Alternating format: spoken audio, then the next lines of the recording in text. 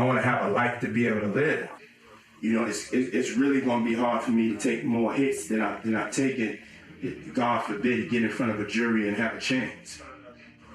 And so I'm having this emergency call because something has to give. I've listened. I've been a superb client, as you said. I jumped on the plane. I'm coming to New York, but I'm just running around waiting for a shoe to drop. If I didn't say anything, you would interpret it as hip hop is fine with his behaviors. There's no one else being vocal, so you would look at it and just say, because that mind your business, or let me not say nothing about nothing, or those things, it would allow the entire culture to register as if they're for that behavior. Look at the outcome. Hey. What did I say to you guys? Who can these people run to? You can't go to the boss because the boss is screwing you. Look at Aubrey O'Day. The boss's boss don't care. You could go to the police, all bought and paid for, and even if you get a special prosecutor like Damian Williams, they can just be reassigned to another case. People keep pretending like all of the stuff that they hear about Diddy is something that's new. He's been doing these things. For years, the rumors remained mostly under the surface, quietly circulating without drawing much attention. Discussions often focused on power, influence, and behind-the-scenes decisions, noting how lawsuits and media narratives were sometimes treated strategically. Recently released footage highlights conversations about public perception and messaging rather than legal arguments alone, showing a different side of confidence. 50 Cent presents this context through a documentary, while Jaguar Wright describes it as a recognizable pattern. As more moments come to light, the central question becomes less about the rumors themselves and more about how these documented interactions shape the broader understanding of the situation. You've been saying for years that you feel you knew Diddy's character. Right. Yet you said you weren't a part of that lifestyle, you weren't going to the parties. So what makes you so absolutely sure that these kinds of allegations that we've seen against him are true? Well, I'm surprised by the allegations, as surprised as everyone else is. Like, I didn't make the allegations. I didn't tell people to say these things. It comes out, I see it in the news like everyone else. But I did feel uncomfortable with the way you represent the idea of going to these projects. To come party with me. Yeah. And then that swayed me away from it. Just that alone. So you didn't realize as much stuff was coming. Like, when I seen today, it was allegations of 3 men that said he drugged them, and it's a long time, to be honest with you. Like, when people don't remember being violated for 20 years, it makes me feel a little hard. What are your thoughts on the allegations against Jay-Z? That was interesting. When I was saying things, not knowing exactly what I was saying, but I was going with, like, where's Jay at? He's mad quiet. Like while the Puffy thing was going on. But it's obvious now that his team was being made aware that he was in those allegations also. You know, so I hope it works out, because with his family, the things that go on internally is that those accusations are crazy. For years, San Diddy Combs parties were seen as high-profile events, a milestone for those attending the Hamptons White Party and a symbol of glamour and excess. 50 Cent later mentioned he never went, saying he wasn't interested in that scene, which prompted a reevaluation of some of the hype. A recent Netflix documentary revisits past stories that were often dismissed, including reports of elaborate setups, lighting, music, and organized gatherings. When federal authorities reportedly inspected certain properties, coverage shifted from luxury to procedural details, giving a different perspective on the events. As more information comes to light, attention moves from the exclusivity of the parties to the broader context of what occurred behind the scenes. It was surprising that he actually filmed it. It was very interesting to watch a man who's known for his brand presence. You know, he has a really amazing knack for marketing and all of that, and how he was sort of taking that into account in how he was coming off to the public. The exclusive video also shows Combs in Harlem greeting fans. Off my back, bro. Long as you wear it, I'm gonna wear it. As long as you wear it, we with it. I'll accept it. I need some hand sanitizer. Hold on. I got it. I've been out in the streets amongst the people. Yeah, I gotta take a bath. Like the amount of people that actually I'm coming in contact with, like that's what I have to do. You know what I'm saying? It's like 150 hugs. You're a public person as well, and there was one instance in Harlem, and his reaction when those people Went away. went Got in away. the car and said, I feel like I need to wash. Like I'm dirt. That was, it shows you his character. Was that the reason for including it? Yeah. I mean, what's the odds that you would do that in front of the camera? Like that's one of the moments where he forgot he was on. Familiar television personalities began providing statements that drew significant attention. Aubrey O'Day, previously known for her work on Making the Band, appeared in documents describing an alleged incident involving seeing Diddy comms and heavy intoxication, which shifted the focus of discussion. In this context, 50 Cent's earlier comments about a perceived God complex and public demeanor take on additional weight, providing background rather than rumor. Events that were once highlighted as glamorous gatherings are now seen in a different light, where access and image intersect with behind-the-scenes pressures. Jaguar Wright described the developments as consistent with patterns she has noted over the years. The whole point of him filming this whole thing was because I'm sure that he planned on doing his own documentary. This is an extreme narcissist you're talking about. Extreme. He's sitting there with feds, an eye shot away from his hotel suite, filming his hotel room, and he's looking at them and he's filming them right back.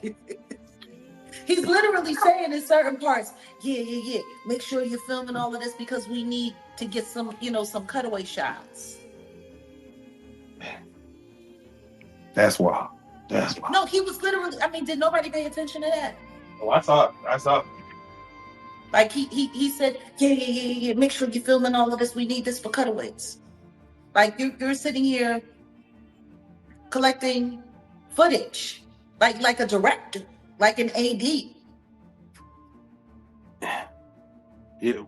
What does that say to the cameraman that, can anybody be bought or, he said, the cameraman said he recorded all this for Diddy and then of course Diddy got locked up, so. Yeah, Diddy got locked up and he didn't get paid. That's a lot of people seem to have that experience. Yeah, I'm telling you. Dealing with Combs Enterprise. They come in and they work and they don't get paid. We need to be able to be speaking to the potential jurors. He said, you might only be the guy that watches CNN, but there's 9 billion people in the world, and 7 billion of them are on Instagram or TikTok. We need to have control of that. He said we need to know how these potential jurors are thinking. That's what he said. Right. So what does that mean? He hadn't even been arrested yet. He hadn't even been taken into custody yet. Damian Williams hadn't come forward yet with a list of the charges that they were charging him with and what they were taking him to trial for. That didn't happen until December. Mm-hmm. So once again, they were losing. Losing what? Losing at what? We need to have control of comms. We need to make sure that we know how the potential jurors are thinking.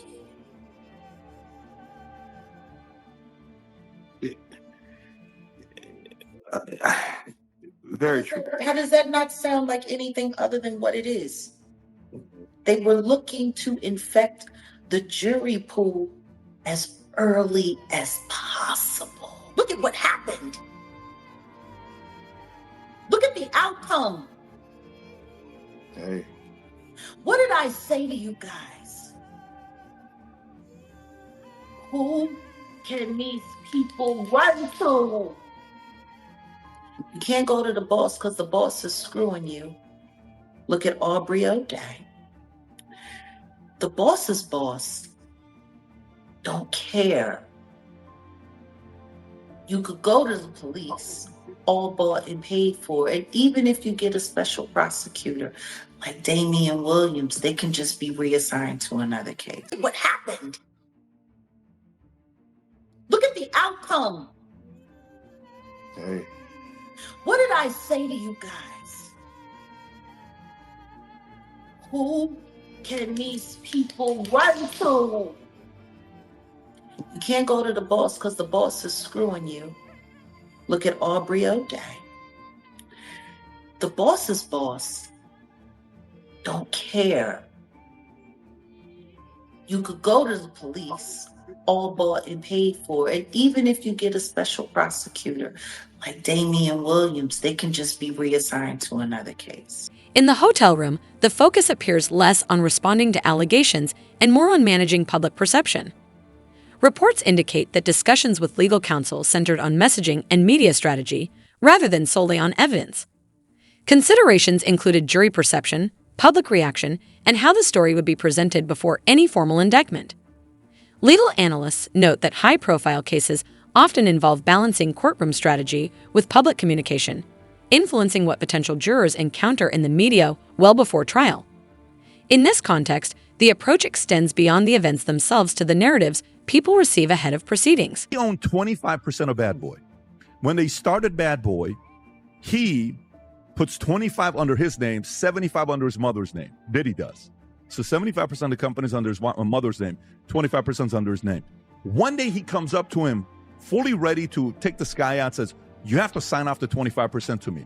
He says, I'm not going to do it. He says, you have to do it.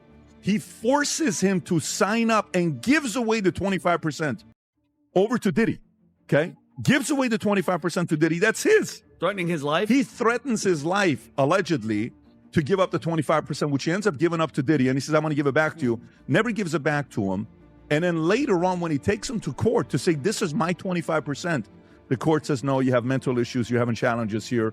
This is out of control. Boom. Diddy ends up keeping the 25%. Nothing ever happens. He never gets the 25% back. This is the guy that was doing all the deal. When she says justice wasn't fully served, she is highlighting the difference between what some reports suggest occurred and how the case concluded in court. Although footage reportedly shows concern over lawsuits and a strong focus on media strategy, the most serious allegations did not result in convictions, while other charges did. From her perspective, this contrast can appear less like legal technicality and more like the influence of power. High-profile defendants often navigate both the courtroom and public perception, documenting interactions, retaining top legal teams, and shaping narratives that can affect what juries ultimately consider. Even when convictions occur, some accusers feel that the broader context never fully entered the legal record. This gap between verdicts and personal closure is often where the most intense discussions emerge. First, dropped the bomb that he had been essayed by Diddy. It's Kirk Burroughs. Yeah. Who has been here since the beginning. Yeah, he's the founder. He said people keep pretending like all of the stuff that they hear about Diddy is something that's new. He's been doing these things.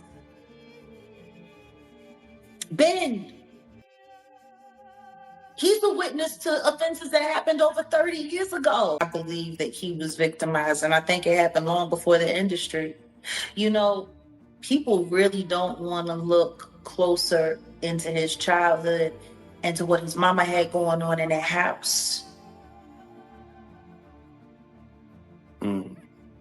God knows what he saw and what happened to him in his own mama house. All of those strangers, them up involved, looking around, seeing what was going on. And let's just be clear, it sounds like her house was a house of, professional freak-offs. So who knows what he saw or what could have happened to him while she was busy entertaining people and pouring and getting tips, as she would say, for her after-hour life. Oh, yeah. He was, I must say he was surprised to hear that.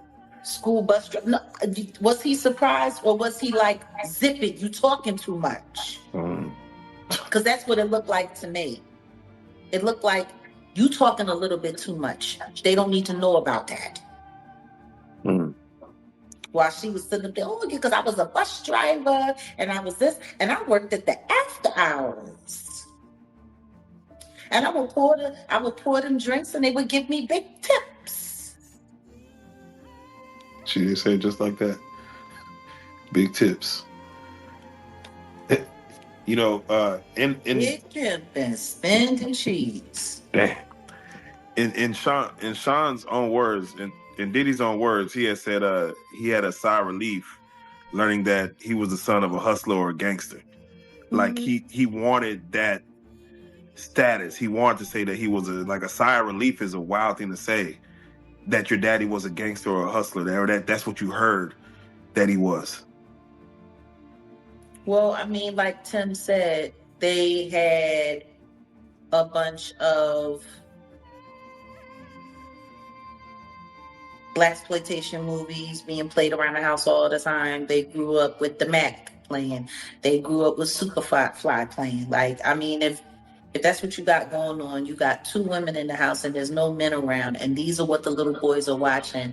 You got basketball players coming over late at night. You got hustlers coming over, PIMPs coming over, women who look like they were modeling for Jet Magazine coming over. Like, it sounds like the nature of the environment is what shaped their perception of what cool was. It helps to consider the people behind it. Kirk Burroughs, involved in the early days of Bad Boy Records, has referenced documents indicating he once held a notable ownership stake. He has stated that while saying Diddy Combs was the public face of the company, corporate control remained centralized, and that a 25% share he believed he owned disappeared through negotiations and documentation he contests, claims that have been addressed in court filings and public statements. Observers also revisit the 1991 City College charity basketball event, where a deadly stampede prompted lawsuits and scrutiny regarding responsibility and finances. Regardless of whether every claim is proven, critics note a pattern. Partnerships expand, success grows, and disputes often involve shifting contracts and narratives. Supporters emphasize that high-stakes business disagreements are frequently complex and contentious, but the interplay of power, documentation, and control continues to attract attention and debate. He was trying to shape Misa into his mother. Can you see that? Like, Yeah, with the blonde hair and yeah, and all of that. I mean, really asked a question: what kind of man puts his hands on his mother? The same kind of man that parties with his mom, the same kind of man who kisses his mom in the mouth, the same kind of man who seems to have accurate knowledge that his elderly mother can put both of her hands, her palms, on the floor and while she's standing up, bent over. Oh damn! I ain't seen that one.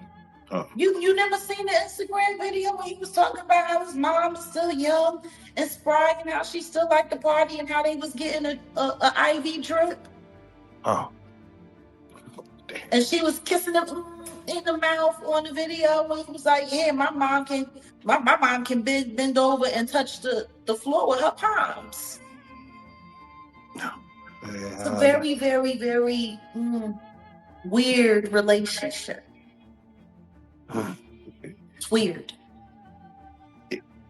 You know, it kind of goes into, I mean, he seems to be having, and again, I know the freak offs, that his son is there. Like, it seems like he likes to get down with his kids. Yeah. But that wasn't all. Just to hear Little Rod say, like, the boys were around. Roger Bonds talked about the children as well. What kind of parenting relationship is that? CEO Ted Sarandos knows he's been amassing footage since he was 19 to tell his own story in his own way. It is fundamentally unfair and illegal. That's the thing I'm more interested about, for Netflix to misappropriate that work. Netflix is plainly, let me get to this, because plainly desperate to sensationalize every minute of Mr. Combs' life without regard for truth in order to capitalize on a never-ending media frenzy. If Netflix cared about truth or Mr. Combs' legal rights, it would not be ripping private footage out of context, including conversations with his lawyers that were never intended for public viewing.